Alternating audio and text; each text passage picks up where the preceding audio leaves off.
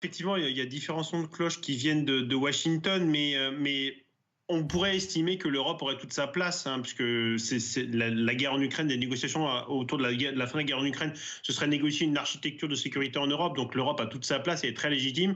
Mais il semblerait qu'effectivement, Washington, on va dire, s'aligne progressivement avec l'idée de la Russie qui est que Moscou ne souhaite négocier qu'avec Washington sur le dos des Européens.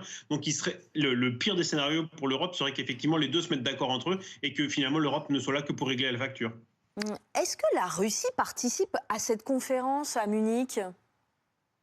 Alors, c'est un peu bizarre là aussi. Effectivement, Donald Trump a lancé l'idée d'organiser des discussions immédiatement entre les émissaires russes et américains directement à la conférence de Munich avec potentiellement une invitation lancée aux Ukrainiens.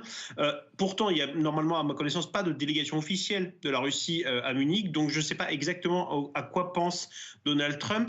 Il est possible qu'il y ait des Russes dans cette conférence, mais pas de façon véritablement officielle. Après, si on regarde un petit peu ce qui s'est produit pour la libération, enfin l'échange de prisonniers qui a eu lieu il y a 2-3 jours entre les États-Unis et la Russie, on a vu que sont rentrés en fait en jeu des émissaires, des intermédiaires, notamment issus du milieu financier américain et russe, qui ont permis justement aux deux camps de se parler. Donc peut-être qu'il y aura ce type de personnages qui vont pouvoir discuter à Munich, mais c'est quand même peu probable. Il n'y aura pas en tout cas de rencontre officielle entre les deux pays.